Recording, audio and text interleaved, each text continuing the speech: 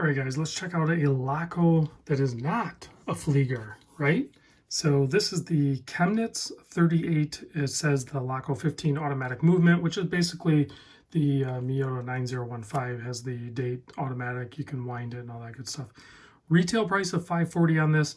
I'll put a link, I guess, to the Laco website. Kind of, I don't know how else to say it. It's not very good because I was trying to find details such as what crystal they use. Well, in the case back, it does say mineral glass, so I'm assuming it's not a sapphire, which I find kind of weird at a $540 price point. I'm sure you can get these cheaper, but if the retail price is $540, I think it should have sapphire. But what do I know? It is made in Germany with a Japanese movement, and again, I looked for better information on this watch. It's just kind of vague. Let me know what you guys think about it. I mean, there's more information on this hang tag almost than there is on the website.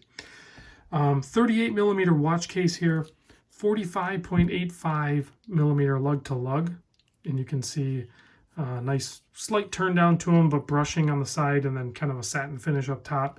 And then you have 10.5 millimeter thick to the mineral crystal, I guess, and 18 millimeter lug width here. Excellent strap on this. I love the color pairing of the really deep chocolate brown strap with the gray stitching on it to match the putty gray dial. So I like that. And then you can see it has a display case back, so you get to see that automatic movement doing its thing, which, you know, it's got a custom rotor there, Laco watches made in Germany. So this thing's performing really good. I did have it on the time grapher, and it was putting out some good numbers. I forget what they were. I just went through a ton of watches, so I couldn't remember this one exactly. But anyway, before I forget, big thanks to Scott, who actually sent this in. This is his watch. So I appreciate it, Scott, for sending this in. Let's get back to the details on this. Let's zoom in, take a look at this dial. There is no lume on this. However, you do have polished indices and handset. So you're going to rely on light reflection here. So you're going to have plenty of legibility depending on what kind of light you get it in. You can see my studio lights there. Even without them, it's plenty legible. But as soon as you get some light reflecting off them, it's going to be totally legible. Also, that date wheel seems to be almost like a silverish disc with black printing. So kind of a nice little attention to detail versus having a straight up white disc. That would have upset the balance. Because even the printing of the Laco 1925 and the made in Germany doesn't seem like just a crazy bold white. It has like a little bit of silver to it, so it's not so out of place, I guess, with this putty gray. I think it works good. Let's pop this guy on wrist, and then we're not going to do a lume shot, but I do, you know what? I have it here with me. I want to show it next to another 38 millimeter watch. Well, let me zoom back out first. Guys, I've been doing a lot of work down here, so if I seem like I'm a little off right now with either my presentation or my speech, it's because I am. I'm a little overworked right now. So here it is next to the Hamilton 38, so you can kind of see the polar difference between a field watch and, I don't know what you call this, like a Bauhaus design or something. Let me pop this guy on wrist. Let me take off this ginormous 41 millimeter Tudor. You want to see that next to that? The size difference.